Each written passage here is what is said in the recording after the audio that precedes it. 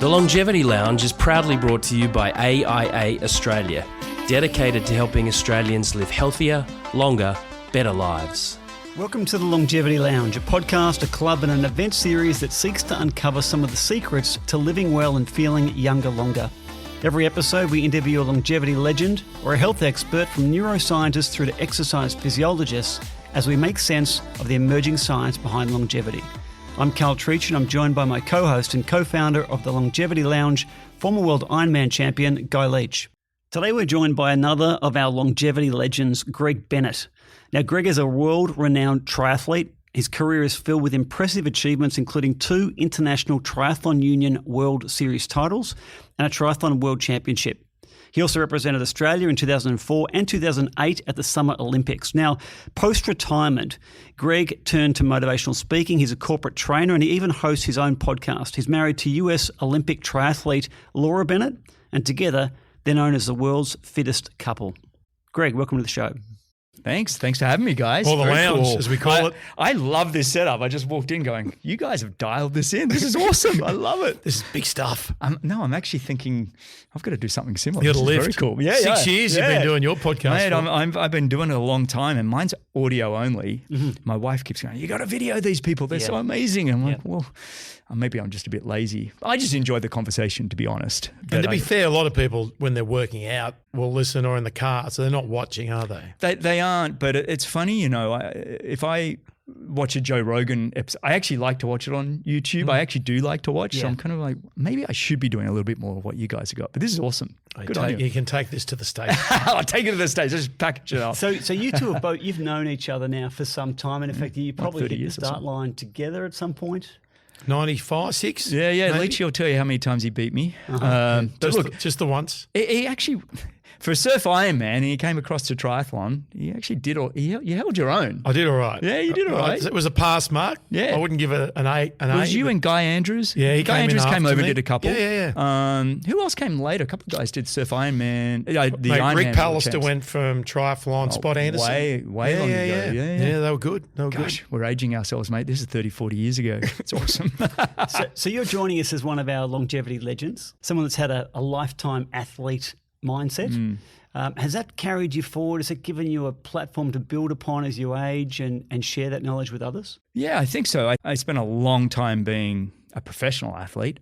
I think I got fairly comfortable in being uncomfortable in professional sport, and I retired when I was 44 on my own terms, which I was very fortunate to do. Then coached a few people for a few years, realized that wasn't me. I was quite good at pushing myself, but maybe not getting the best out of others all the time. And then I started working for a company called Hintsa Performance out of Finland. And Dr. Aki Hintsa is somewhat of a guru, and he worked with all the great Formula One drivers and Formula One teams. And so I spent a bit of time doing some work with them more on the wellness side. So not just the physical training, more understanding what makes us tick from who we are, what do we want, and are we in control of our life, and really taking responsibility for physical training and sleep and recovery and mental strategies and biomechanics and all the bits and pieces that make us up as a whole. And so that became my kind of shift from being a professional athlete, and it's all about high performance, to going, well, more of the wellness overall, who we are as people and how do we live a long, healthy life. I've only recently, in this last sort of 6 to 12 months, started doubling down on that more in the business mindset and how do we get the message out to everybody about what longevity is. But I was not healthy as a professional athlete. I don't know how you felt as an athlete, but you look back and you go, I had exercise-induced, is it called hematuria? The doctor will get it right, but basically I was pissing blood. Jeez. But in the 90s, you wore that as a badge of honor, going, well, shit, if I'm doing that, how awesome am I? And now you look back and go, wow, I was really unhealthy. I was dehydrated. I wasn't getting the most out of myself. You get every cold and flu. Yeah, and you were sick often. Yeah, a lot. And so you look back and go, and you look at the athletes now, and the reason they're pushing boundaries like we've never seen before is because they do have this holistic way of approaching high performance, which I think we were the guinea pigs of just going, we'll just see what happens. Yeah. So it's different. It's really, you would have seen, Carl, as well, in the last few weeks on social media, we've got Dave Scott got cut open. Yeah. Open heart surgery. Tinley as well. Scotty Tinley. Yeah. So the 2 of the 4, which for those listening in triathlon in the 80s, that was like the holy grail of the time where the Hawaiian Ironman came to the fore on, as we used to see on Wild Water Sports here in Australia. And those 2 names were 2 of the 4 big names with Mark Allen and Scott Molina. Yeah. And then both of them have gone, been cut open in the last month. Yeah. It's amazing. No, I've been texting with Dave, and I'm going to, on my show, I have him on the show in a couple of weeks. We'll do a sit down when I get back to Boulder. And, he's been managing these heart conditions for a while. And, for him to go in and have the kind of surgery he's done. And look, he's 70, It's which actually, I didn't believe. I thought he was like. No, he's. Because he looks so good. He's, I know he's 70 because his I'm January 2nd. He's January 4th. Researched and I'm like, I searched it the other day. I'm thinking, no, he can't be 70. Yeah. No, he's just 70. He just turned 70. I mean, the guy's still fit as a fiddle beyond his heart. But look, endurance sports, I think we have to look at genetics as a whole. Probably have predispositions to certain things. I think we were talking on the phone the other day. It was like, my family history is a lot about cancer, and strokes and other things. And other people, it's all about cardiac issues. And so what are we doing in our lives that could, and this is where we get into epigenetics, and what are we doing that's triggering those genetics to actually misfire? Yeah. And so for a lot of athletes, Greg Welsh is another name, he had some heart conditions that took him out he was only 32 when he had to retire from the sport. I literally handled for him when he won the Hawaiian Ironman. There you go. I was there on the lava fields. And Welsh, really, his career was cut short because of his heart. And so we've seen a lot of this happening in high performance sport, but it's for all of us. Anybody listening to this show, the goal should be now when we talk longevity is let's go check your genetics, blood biomarkers, understand your family history, wear your wearables for data collection. Let's collect all of that data, and this is what I'm working now with a couple of guys in Florida, and understand where you are. Then we can start working on interventions to help you have a long life. Yeah, Carl's a really good example of this because you've worked out over the last 10 or 15 years in your family history where you need to be careful. Yeah. Well, and it's hidden. I mean, like you say, with cancer in the background, my dad was 78, I think, and died from fatty liver disease. He looked like us. He was a picture of health. Trained every day. He trained till he was essentially a skeleton in the gym. People go, gee, that guy shouldn't be here. Yeah. Just a hidden sort of predisposition for non-alcoholic fatty liver disease, lean, which is really hard to treat. And so you talk to your doctor about that and say, look, we'll just manage it and monitor it over time. Well, actually, if you don't delve into the data and the science behind it, it's actually directly correlated to carbohydrates. Yeah. So you've got a limit to 100 carbohydrates for the rest of your life. A day, you're talking about. A day. Which is essentially and you've got to do that yourself because you've got that genetic disposition. Well. Yeah. I have that condition. Yeah. But this is where you want to, and what we're building is understanding your disease risk. And the more you can understand yourself, my goal is to make everybody the CEO of their own life with data-driven information, not just how do you feel, like that's important and it should be a part of any kind of system. But the more data we can give you and the accuracy, and then you can get yourself tested every 6 to 12 months, whether it's blood biomarkers, and genetic testing is getting better and better. It's still not there. I still feel like in genetics we're just scratching the surface or peeling back onion layers. It's still early days. So when you hear something in your genetics, don't freak out. I think and then epigenetics is even what I get more excited about. And what does that mean? Tell us what. Well, what we're turning on and off in terms of our genes. Yeah. We can still, you can say you have this in your genes, and it could be bad or it could be good. But if you're not actually doing what it takes to turn those genes on and off, and now I don't want to steer you the wrong way with all of this, but I'm kind of just scratching the surface myself and understanding it all. Where we are in genetics, you can do a lot of things that can really amplify what you already have. Like I did sport and I had a natural gift for a reasonable VO2 max. Yeah. Just was there. But through sport, you can improve it by 20 to 25% as well. So that's, to me, that's like an epigenetics type. It's like I can expand what I already have, but I could also make it 20% worse if I'm not doing anything. Improve the advantage. Yeah. So it's understanding what you already have, playing to your strengths. I'm all about playing to your strengths and mitigating your weaknesses, Greg, you've been doing this you've probably had hundreds of guests now on your own show. You've been studying longevity. You've come from a health and fitness background. What's the biggest surprise for you in all of this? Oh, that's a lot to unpack actually in that question. I think I've had some amazing guests on my show. Dr. Tommy Wood, who I want to introduce you guys to. You should have him on your show. Brilliant man, and he's like one of these guys that has his Cambridge degree, medical degree at Oxford, PhD in neuroscience and physiology at Oslo. Wow! But he's also in the world's strongest man competition, and he's only 39. So it's like, and then you go, oh man, what am I doing with my? Wow. But he has the ability to simplify things that I think we overcomplicate. And I think the biggest thing to take away is I think we're all after optimizing ourselves, whereas really what we want to be doing is just making ourselves a little better each day. Take these lofty high performance goals. You got to have goals. And it's like, well, no, just try and be a little bit better tomorrow than you are today. A bit like the Atomic Habits, isn't it? The book. It is. It is exactly like Atomic Habits. Just improve a little bit every day. And honestly, I've broken it down, I was telling you guys just right before the show, in that I look at 7 key markers for a healthy life. And I've actually put them in order, which might surprise a lot of people. Yeah. And for me, number 1 is socialization and relationships. So just on that, up until 3 weeks ago, I would have called bullshit to that. I would have called bullshit because I'm like, no. Exercise is number 1 because I've seen this research piece, this piece of information we had on just only a couple of weeks ago. Yeah, a relationships expert that is literally just opened our eyes, didn't he? You would have known this, Carl, but I didn't. Michael Myers-Co literally said, good relationships add 7 years to your time on this earth. And I'm like, whoa. How can that be? Isn't exercise more important? Well, it's probably the easiest thing too, other than falling asleep. It's easy in terms of how you can create interventions around it, right?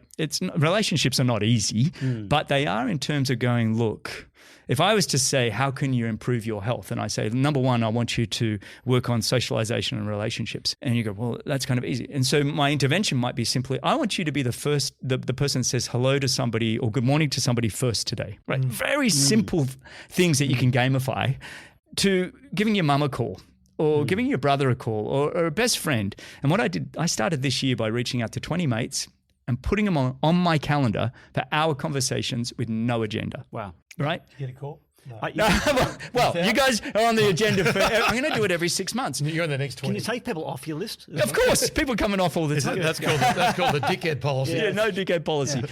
But then I started opening it up to the listeners on the show, where I started creating these Fireside Friday chats. And anybody can call and have a chat with me on a Friday.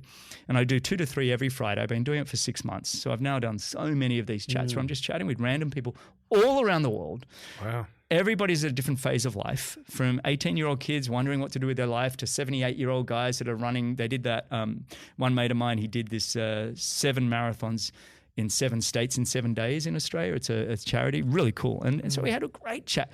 But it's connecting with people, and even if it's over Zoom, which is not as good as this, like there's something about this energy in between that I'm really fascinated about. This shared circuitry, and all that COVID did in the pandemic is fast forward this thinking in my mind that suddenly mental health is, people missed each other and they weren't around each other. We need people, and we need people, and this idea of being around each other and this energy. Because we are just energy, and I'm getting a bit woo-woo here. And this is where it gets a little hard to measure, because it's hard to look at data science and go, well, what is the energy that we're seeing and feeling between each other? So anyway, number 1 for me is socialization, quickly followed by above the shoulders, in the sense of mental strategies and what you think has a direct impact on your physiology, right? So if you think bad, it's going to have an impact on your physiology. Negativity.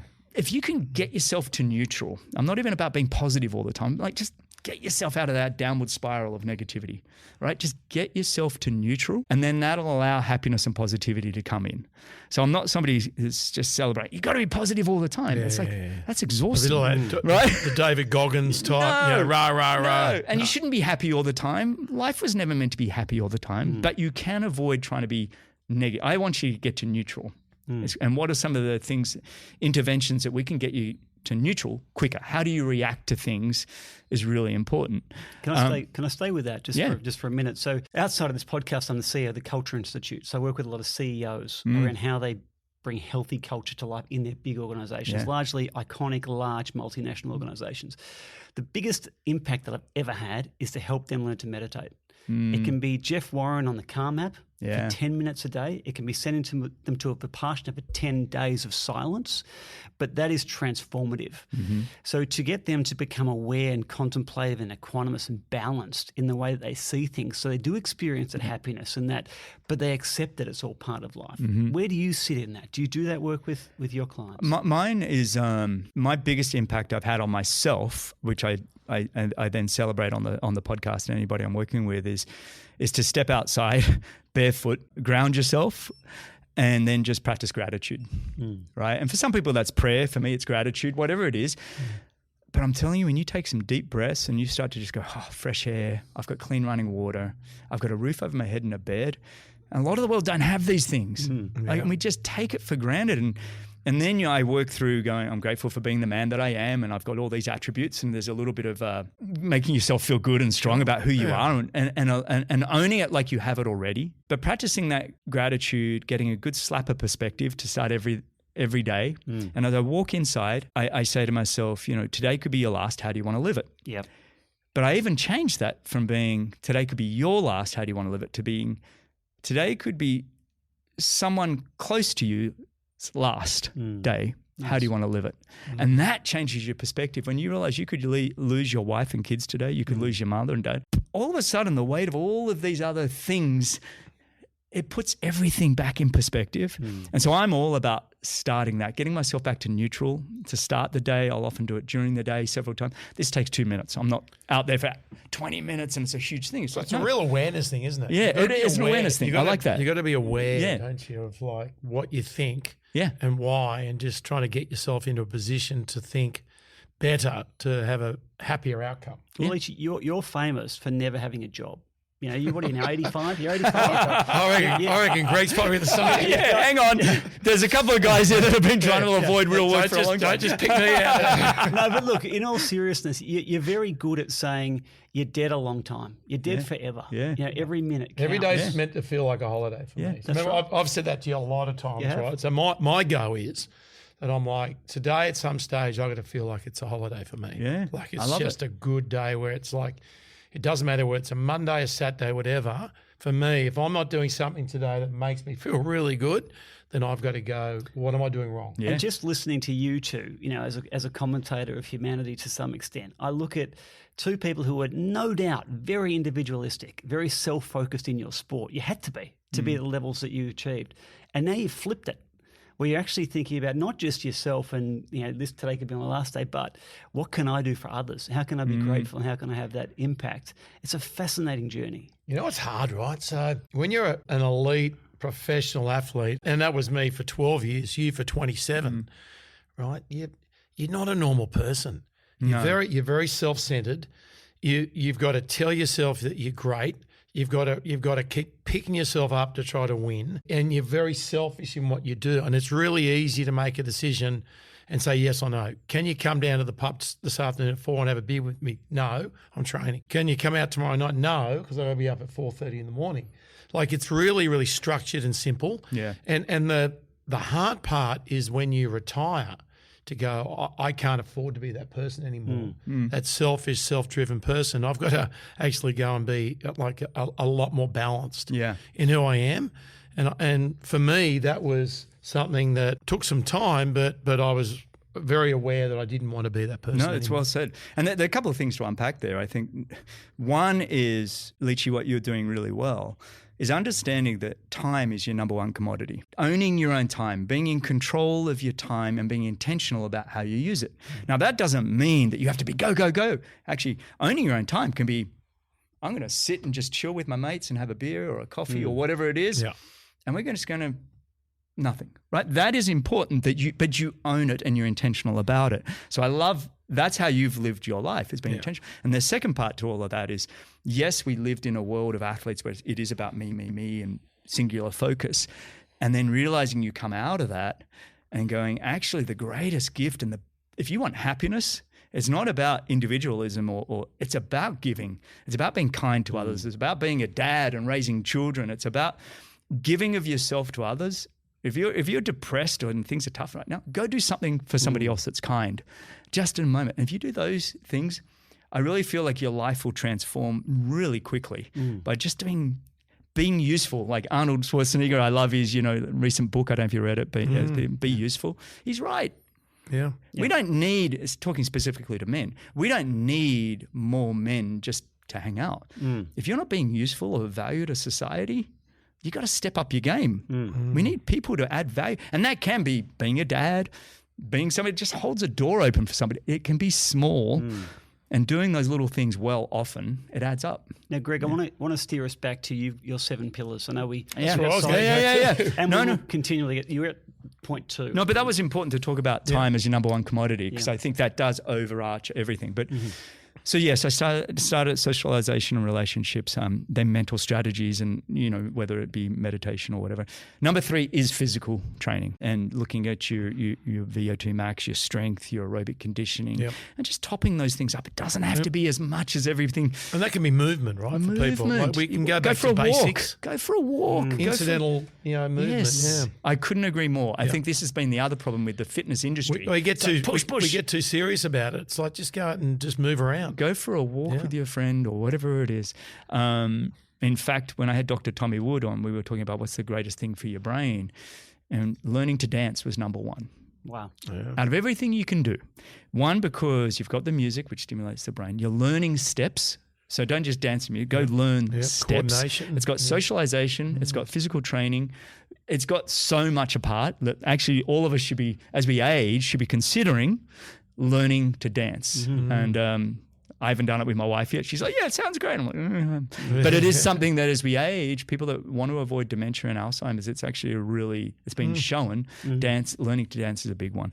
So anyway, we're up to physical training, sleep and recovery, obviously getting enough sleep. So that's number 4. Number 4, sleep is biomechanics. What I mean by biomechanics is stability and mobility. You've got to be able to pick things up off the floor. You've got to be able to try and put on your socks while you stand up in your shoes. And for me at 52, I'm already noticing those things. That's my weakness, is that mobility. Yeah. I'm not bad at stability, but mobility, I'm just losing. My hips are tight. And Well, you're a directional, you're a linear athlete.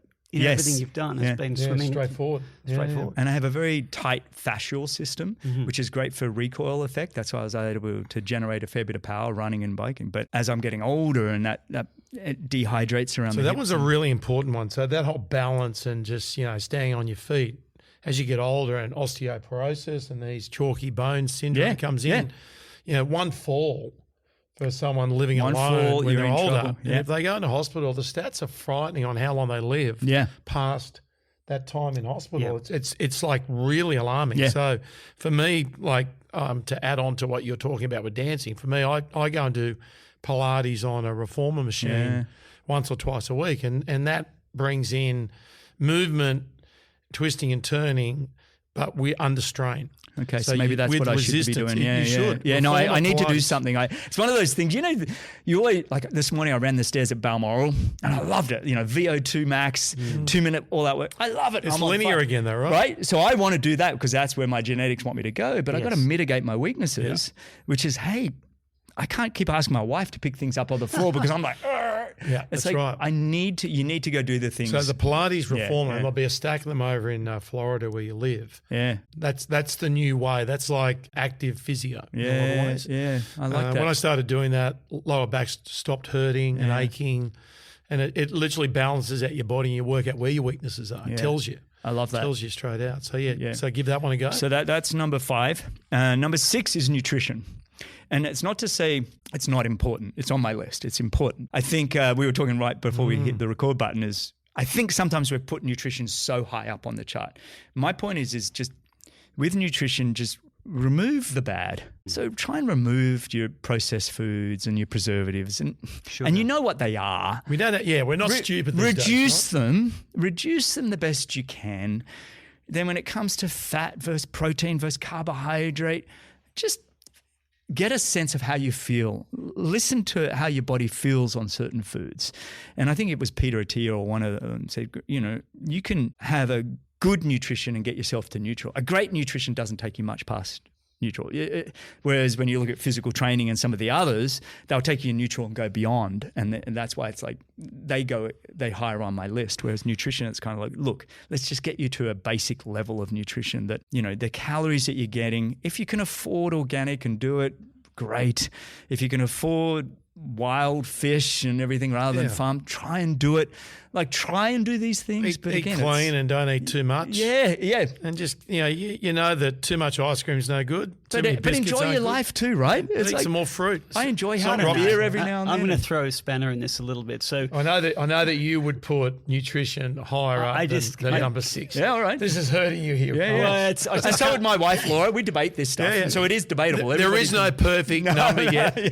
Longevity is all about nothing is set in stone yet. Yeah. I definitely would love to debate it if you let me talk. So Sure.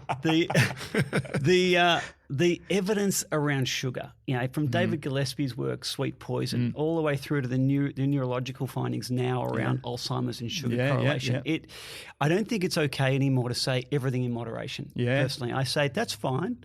However, there's got to be ratio changes here. So the ratio of sugar and refined sugar has to be tiny. We're not built for it. And it's led to the overweight epidemic that 78% of Americans are overweight. Australia's not too far away from that. 80% of men over 50 are obese or largely overweight. That's not because they're eating fat. That's because we've got a sugar addiction. Yeah.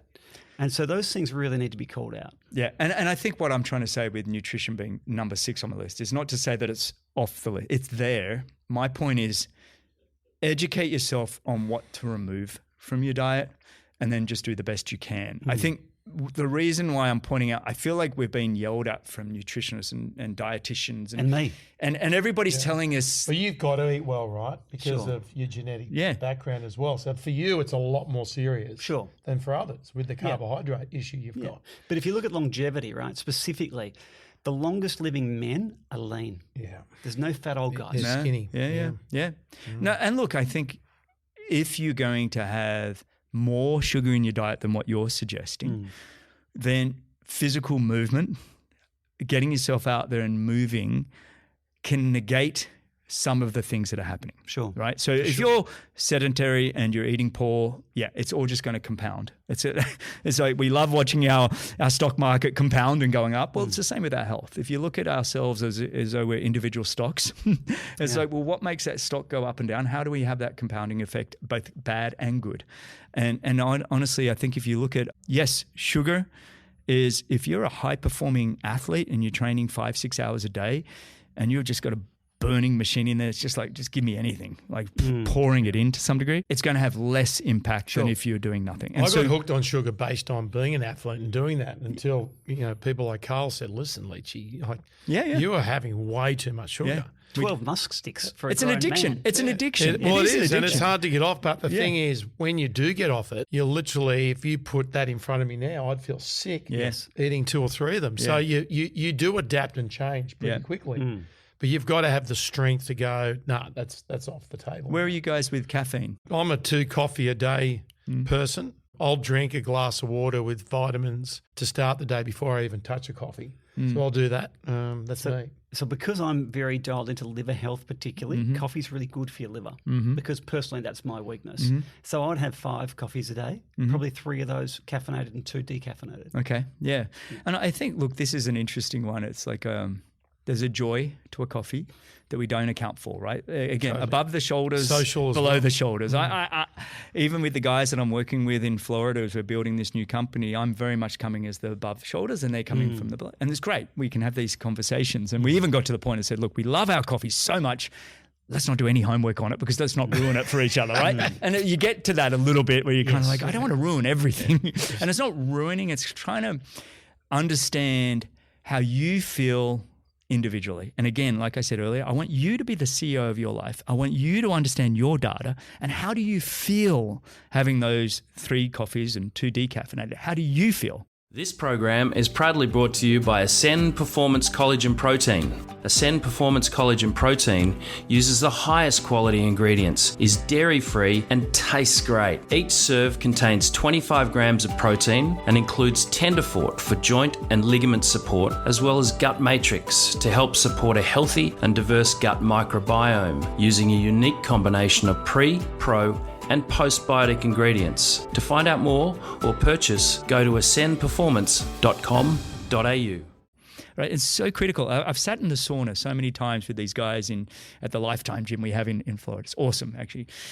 And everybody's coming in with a Huberman protocol. I'm doing 30 minutes and, jumping in the ice bath, and I'm coming back. I'm like, okay, interesting. I've been doing sauna and ice bath for 40 years, since I was a kid. As athletes, that's what we did. Just doing it, and I'm like, so tell me what are you thinking you're getting from this? And they're all watching the clock.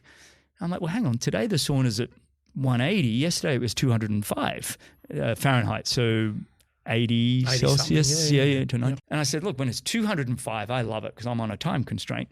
I'm sweating, I'm hitting the panic mode at around 12 to 15 minutes. Perfect. And I say to him, look, my goal in a sauna is to hit panic. And tap out. Hit a panic, maybe stay about another 30 seconds to a minute, and then I get out. It's not about time. And then I go to the ice bath and how long are you sitting for? I'm like, well, depends what I'm trying to get out of it. I've got some big meetings today and I'm hosting a podcast. So I actually want the dopamine and endorphins, and I'm going to hold the cold. So I'm going to 3 to 5 minutes, and I'll finish with a final plunge and hold my breath for a bit, just for no other purpose than just shits and giggles. Just to test myself. Yeah. And so I'm alive and alert. Other days I'm kind of like, I'm just doing it just for my point is understanding how you feel doing these things. Yeah. You feel, not reading thousands of research papers. The point of these conversations is we should be stimulating each of your listeners and watching us to go, well, how do I feel? Because I'm not Leachy, I'm not Carl, I'm not Greg, I'm me. Yeah. Now I can use some of this and I'm going to go test what it. What do I take out of it for me? See, Huberman and these guys aren't the messiahs. No, but they got us thinking. They got us thinking. Sure. That's what's great about it. People think they are, but they're not. They're just, and it's changing all the time. What did Peter Attia said 6 months ago? He's retracted and gone, no, the research is not showing that now. I don't think we should be taking this supplement. Yeah. It's a shifting time at the moment. Yeah, it is. It's well put. The point around caffeine is quite interesting too, because whilst I say it's beneficial for liver, you've got Daniel Amen, who's done more brain scans than anyone in the world, who says it will shrink your brain. Mm-hmm. There's a professor from NYC on the Stephen Bartlett Diary of a CEO podcast recently who said the same. You want a big fluffy brain, and caffeine shrinks that. Yeah. So it's this sort of balance between what do I know scientifically and what do I feel? Yeah. It actually works for me. Yeah. Just back to your sauna point, because I think it's really important for anyone listening to this to get a bit of a hack here and there, or tips in terms of what they can do. You talked about being in the sauna for the panic. I'll jump in a sauna until I can't touch my hair. My hair's too hot to touch. Is that your way? I love it. I've got to get out. Yeah. I'm burning. No, it's true though, right? But I go into the sauna, if I've done a hard run on the treadmill upstairs and a VO2 max workout, and I go into the sauna, I can't do it. Like my body's I don't want to do this. I got to get out. If I've just gone and lifted a few weights and I'm not that hot, I'll go sit there and go, no problem. Yeah. But for me, again, what makes the sauna really cool is when I'm sitting in there with 5 other guys and we're just chatting. Yeah, just having a chat. The social aspect, again, moves up because I find it a great way to start the day. I've met some interesting people, sharing some conversations. And that's the social connection linked with exercise and with recovery, right? Yeah. So you're taking 3 of the 7 pillars and you're bringing them all in together, doing one thing. And like for me, we haven't gone into the last of your pillars, but for me, one of them is curiosity and education. Mm-hmm. And so if I'm exercising by myself, I will listen to a podcast and learn, because that's I'm covering 2 of my pillars. You nailed it. But then if I can do exercise with you 2, well, then I'm in for the chat and the social part. Yeah. So then that covers another thing off, right? And that's that important, comes down to especially time in our again. 50s and comes and down older. to time, right? That curiosity and learning, you've nailed it. Because my final pillar is what I just call general health. And so general health is kind of, I want you to get tested, understand your body. I want you to experiment on things like ice baths and heating. But I also want you to keep learning and staying curious. It's well put. Yeah. Because as we get older, we tend to just go, well, I know everything. But the learning, I've thrown myself into this AI space over these last 3 years. The last company I built, Any Question, we just got acquired by Whoop. And I've just spent my life now, the last 3 years, on LLMs, large language models, and AI, and dived into this. I'm 52 and I'm just feel like I'm relearning the world, and it's so cool. I'm downloading all these Audible books. I think you and I were talking about how reading just manic puts me to sleep. Yeah. But these Audible and these podcasts and these kind of shows, I just love it, and I think that's really important for your health. Yeah. Greg, I might just finish the conversation with you, circling back to your first pillar. Mm-hmm. So just 2 pieces of evidence that I find fascinating. One is there's a study that looked at newborn infants that were separated from their mother and went into orphanages. You might know about this. And others that went into become incarcerated in jail with their mother. Now, 37% of the infants who were separated from their mother died for no other reason, no physical reason except for the social deficit that existed. Fast forward, my first business was in nursing homes where I brought physical therapists and things like that into nursing homes to provide programs for residents. I watch people, Leachy, your point around someone that falls over and has a hip issue, and they generally, unfortunately, pass away due to immobility and then possibly pneumonia after that. However, what I did notice was families dropping their elders off. They died very quickly when the family didn't come back. And so I think it's really important that we do talk about longevity in its physical sense, but I love the fact that you've taken to that next level of psychological health and relational health also. Yeah. Is there anything else you wanted to add in that perspective, or things that you think are really important for us to keep in mind as we move forward? Yeah, I think owning why you want longevity and health. I know that sounds kind of the why, but it's like, for me to end my life now, honestly, and this is not to sound morbid, I've had a great life. If I tapped out right now, know that I've had a good time. Get on with your own lives. I'm done. I'm good, right? Sure. But guess what? I'm a 52-year-old man with a 4 and a 6-year-old kid. So now my perspective on longevity and health changes, because the last thing I want for them is to look after an old man on his deathbed for 7 to 10 years as he dies slowly, right? Especially they'll be in their 20s and 30s when that's their time to shine and be pushing. And so there's a responsibility now. My why changes to go, I have to worry about my health, not for my own narcissistic reasons, but to be there for them.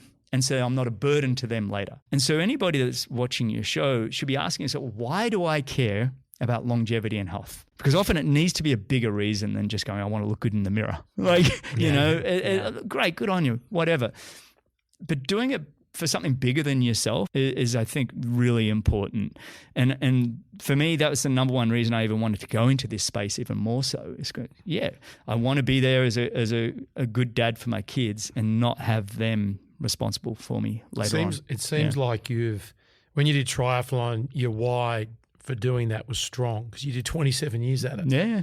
And what you've done is, to me, it looks like you've duplicated a strong why into the next phase of your life. Well, it's that whole Simon Sinek, he talks about Apple with their why and then their what and their how. And it's like anything we do, I think we should be asking ourselves, why am I doing it?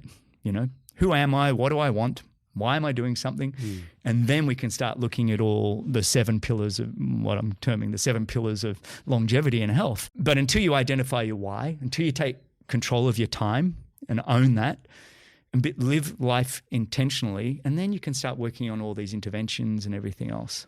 Greg, I know you're very active in, as you mentioned, learning and developing new products and things that come into the market. So we look forward to watching your journey and having you back on the program. Oh, thanks, guys. This is really cool. And I think we got a lot more conversations going further forward. Me being in Florida, you guys being in Australia, I think these conversations are just brewing everywhere. I think I was saying this is a rising tide lifts all boat, and I think it's been a real privilege to come on and chat with you guys. I'm going to start watching just to learn. It's awesome. Thanks, loved it. Thanks, buddy. Yeah, cheers, guys. Cheers. Thanks. So, Leachy, Greg Bennett, competing at the top for 27 years. Mate, my 11 felt like a long time. Yeah, for all of us. 27 years. Yeah, no, that's I didn't realise. So when he first came on the scene, it wasn't with a bang. So he didn't come in and win a world championship, didn't dominate, and he was, I would call, a slow burner. And so his mental resilience, his belief in himself was obviously strong. He would have seen improvement each year as it went on, but it wasn't quick.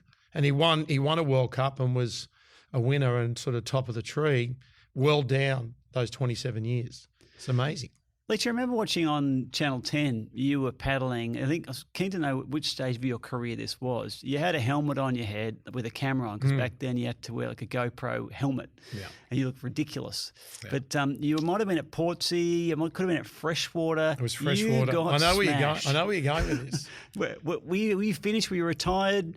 Look, even a blind squirrel can find a rotten acorn every now and then. And on that day, I found a rotten acorn. I was commentating past the boys, past the Cairns. You turn around. Flat day though. I was out past that in choppy, cold conditions on the ski. So picture 3-foot chop, last race, going well, feel like I'm commentating nicely. They threw to me out in the water with the swim league going past. And I'm side on to the boys, out past the boys, talking about the competitors. Lo and behold, a chop builds up. It builds up. I'm like, that's not a wave. And it breaks out towards the horizon side of me, cleans up me, the ski, and 3 of the competitors that were swimming around leading the race. Apparently I said, oh my God, this is bad.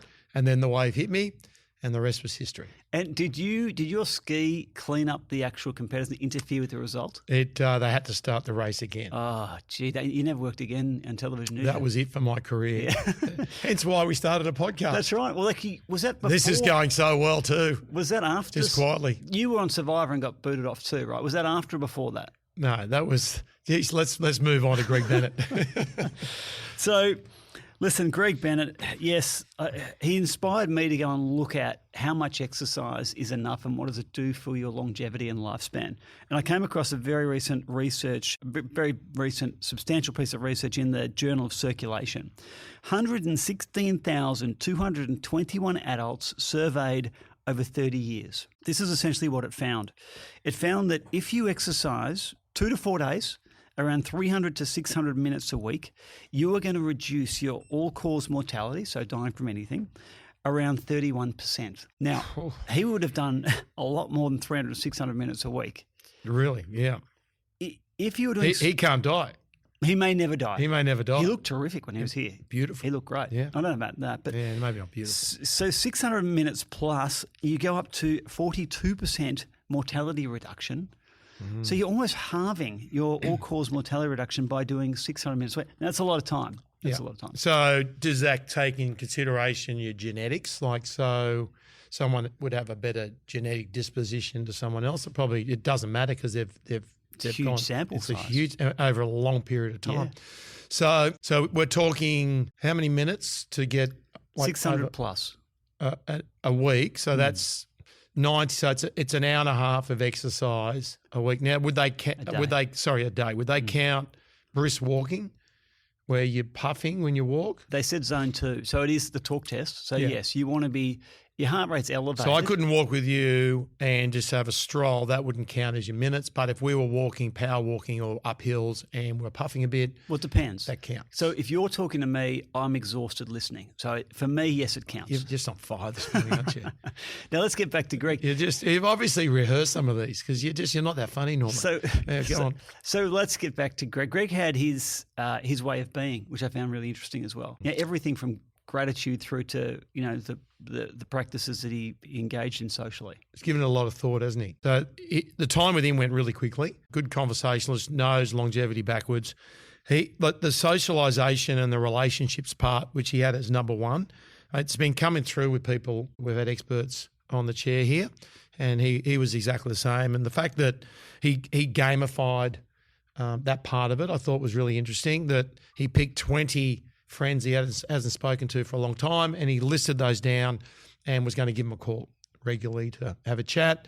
And the other one was gratitude and being kind, and then once a day he had to think about something that he was grateful for and do a kind act every day. And he put a number on it, and it was a daily thing. I thought that was really cool as well. Do you think that's inspired you to be kinder to me on the podcast? Well, you've been an absolute dick for the last 10 minutes. I also thought that what was interesting was when we brought up exercise, and he said there was data around learning to dance, and that was beneficial for obviously coordination, balance, socialisation, obviously exercise because you're moving around, you're puffing, and there was a correlation to less Alzheimer's dementia. So that was a good one as well. I'm not going to take up dancing just yet. No. Although I was asked to do a celebrity dancing show a few times. Yeah, but didn't want to do it. Didn't? No.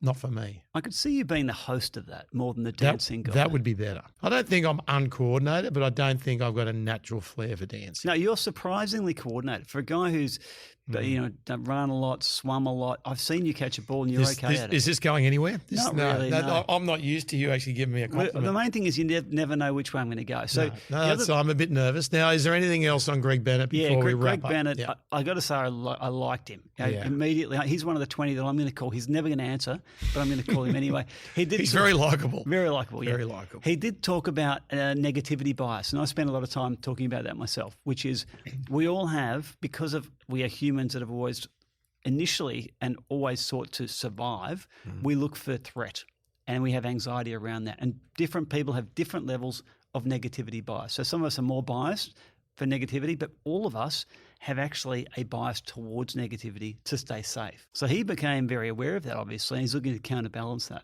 Had a lot of insight. Like, you could bring him back on again and we could have a discussion in this area and we talk about completely different things. I like the fact that he's been a professional athlete for so long and come off the back of that, and he's got his life in order, and he was very strong on there are no excuses when you give up professional sport to not go back into the world and actually make your mark and keep moving forward, which I like, because you hear so many stories about athletes complaining off the back of, being a professional athlete and then going into the real world, so to speak, and struggling. He's just someone that's really handled that well. He has. So good on him.